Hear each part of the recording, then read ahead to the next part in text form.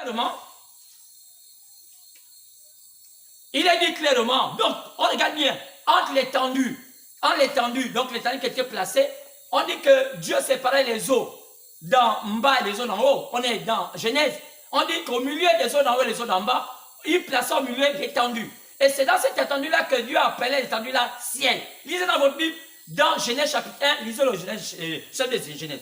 Alors, là-dedans, là, l'étendue, on remarque qu'au verset 14 de Genèse 1, Dieu dit quoi?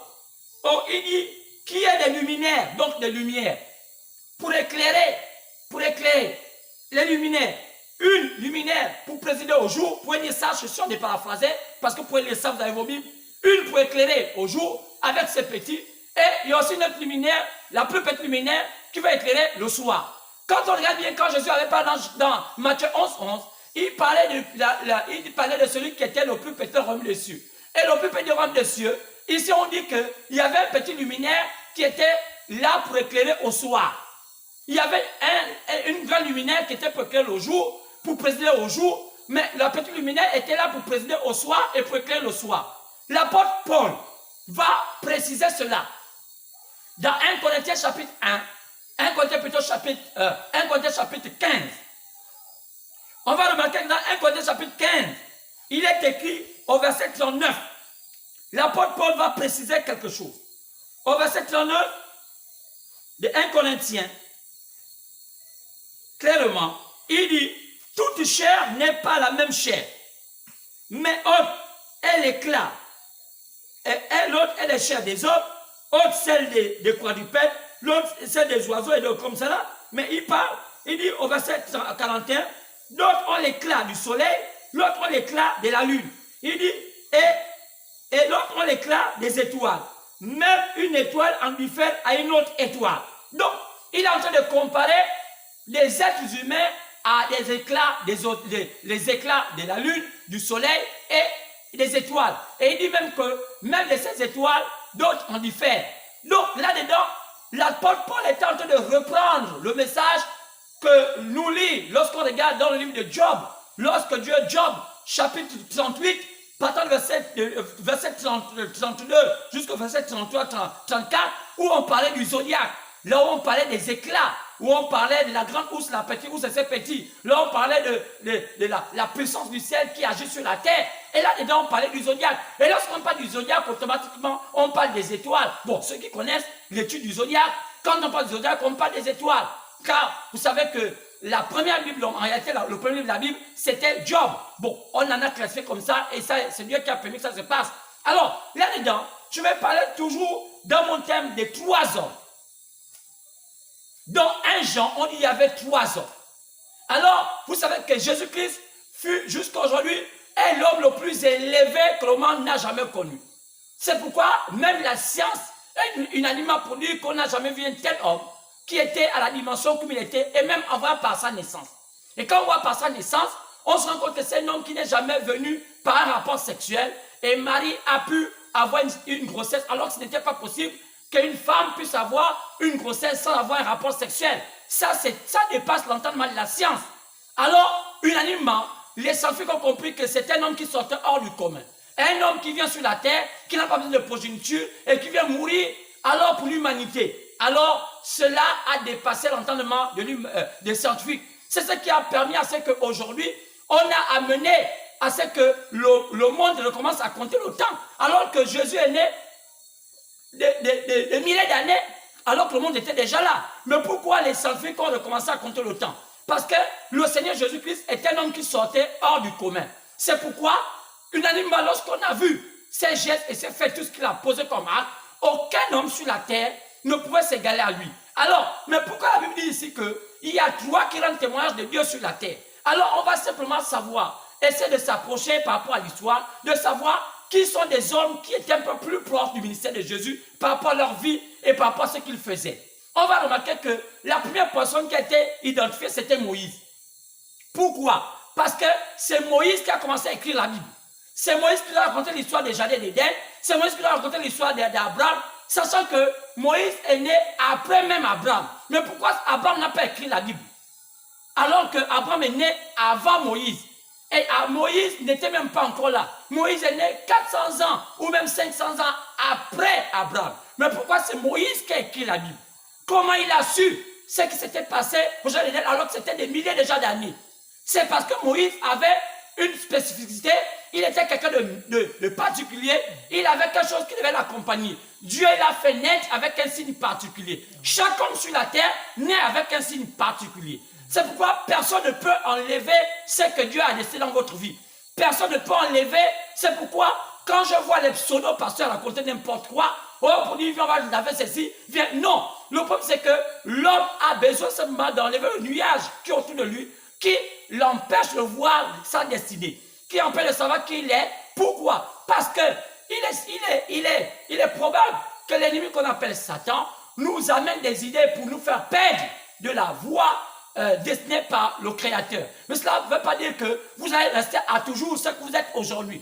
Vous êtes capable de décider aujourd'hui de changer la position. Quoi? Parce que vous savez que l'homme est fait en 3 parties. Il est fait de chair, il est fait de l'esprit, il est fait d'âme. Alors, la chair, c'est que chez les chairs, il y a esprit, et ce qui est âme et âme. Et ces 3 sphères-là ont des sens, donc les portes d'accès. Alors, quand on voit qu'un homme est aveuglé, c'est pas forcément, il est aveuglé selon la cécité, mais il n'est pas aveuglé selon l'esprit, donc ses pensées sont éloignées de la réalité du Créateur qui l'a mis au monde, qui l'a amené à être réalisé. Alors, le but de la parole de Dieu, c'est de nous sortir des ténèbres, c'est comme parle que la lumière vient nous éclairer pour nous sortir des ténèbres, pour que nous puissions savoir qui nous sommes. Parfois, beaucoup de gens servent Dieu en dehors de sa volonté. On en a vu plusieurs gens faire comme ça là. On a vu beaucoup de gens avoir une position comme ça, comme les prophètes Baal, comme ceux qui étaient avec Akab. Akab aussi avait pris cette voie. On a aussi vu même un homme de Dieu appelé David, qui avait pris l'arche de l'Éternel, il a acheté, il a fait un char autant pour moi, alors qu'il n'était pas destiné à être, il n'était pas un sacrificateur pour faire ces choses. Et Dieu avait puni Isa, alors que Dieu peut même punir David. Mais comme David avait une destinée particulière, David épargna David et il fit tuer Uza. Pourquoi? Uza n'était pas obligé de suivre David. Parce que Uza savait que David n'était pas un sacrificateur. Alors David, à ce moment-là, servit Dieu en dehors de la volonté de l'Éternel. On a vu un autre roi. Oh, ils sont plusieurs comme ça qui ont fait des choses comme ça. Et Dieu les a ramenés à Osias. On va dire un peu Osias aussi. Il a aussi fait. Lui qui a commencé à les brûler l'encens dans le lieu très saint, qui n'était pas pu le faire. Donc beaucoup de gens aujourd'hui le font. Et Dieu, pour ça, c'est ce qu'on appelle une volonté permissive. Il y a beaucoup de gens qui font des choses aujourd'hui que Dieu laisse parce que Dieu les laisse dans l'égarement. Mais quelqu'un qui sait sincèrement qu'il a le mauvais chemin, il n'avait qu'à regarder au plus profond de son cœur pour voir est-ce que ce que je fais est juste. Et ce n'est pas juste, la personne doit revenir. On ne doit pas avoir honte. La personne doit se rabaisser pour dire je reviens à Dieu. C'est exactement ça. Et c'est toujours comme ça que Dieu a procédé avec ses vrais enfants de Dieu. Un vrai enfant de Dieu, une vraie fille de Dieu, reviendra toujours dans le droit chemin à chaque fois quand elle va prendre un mauvais chemin. Forcément, un enfant de Dieu reviendra toujours dans le droit chemin à chaque fois qu'il va prendre un mauvais chemin. C'est pourquoi, ce soir, mon but c'est de le faire. Mais qui sont ces 3 hommes? Alors, on a commencé à voir Moïse. Il n'y a qu'à voir par sa vie. Alors, quelle était la particularité de Moïse? On peut voir dans le livre de Nombres. Oh, Nombres, je crois. Oui, le livre de Nombres. Quelle était la particularité de Moïse? Vous allez voir la particularité de Moïse.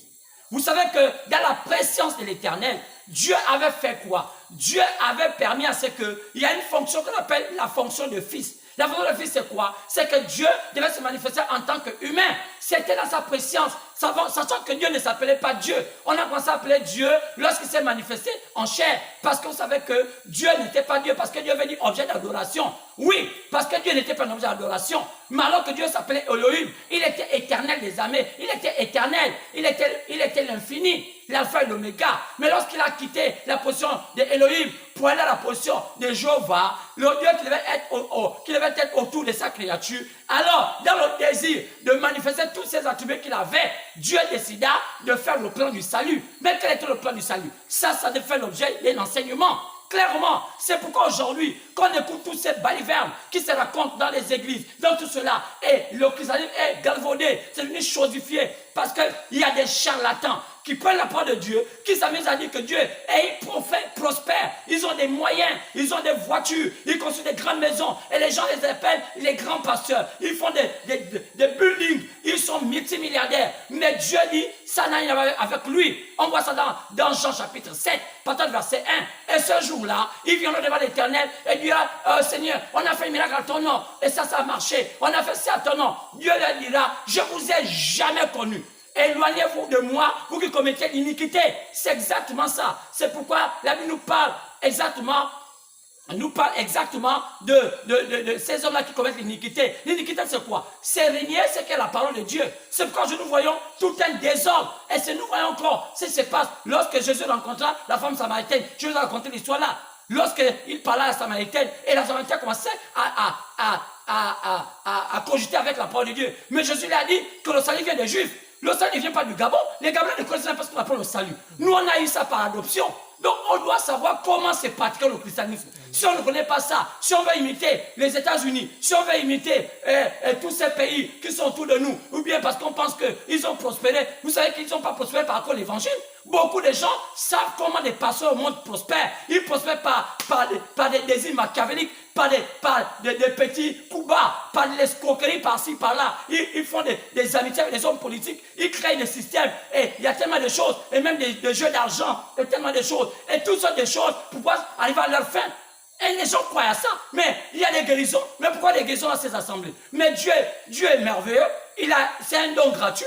Quand Dieu veut te guérir, que tu sois païen, que tu sois quoi, que tu sois même chez un ganga, Dieu permet que tu puisses guérir. Mais ça n'a rien à voir avec ce que Dieu veut de toi. Parce que la guérison ne te donne pas option au salut. La guérison n'est qu'un don. Un don, c'est un don. Comme aujourd'hui, on donne les dons aux Gabonais, on les donne à manger, on dit voilà, prenez à manger. Ce sont des dons. Mais ça ne veut pas dire qu'ils détiennent le pouvoir. Le pouvoir, c'est le pouvoir. Et les dons, c'est les dons.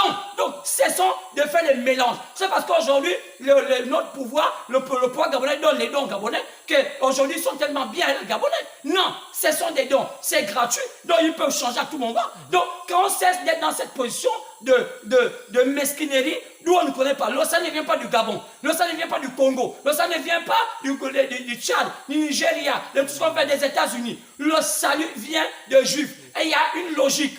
Alors, combien on suit aujourd'hui les Américains qui sont déjà pourris jusqu'à l'os? Ce n'est plus un pays, c'est un pays foutu. Quand on voit encore Nigeria, qu'on voit tous ces pays de France, qu'on peut dire comment on peut avoir espoir, le Zaïre, qu'on appelle le Congo démocratique. Mais ce sont des pays pourris.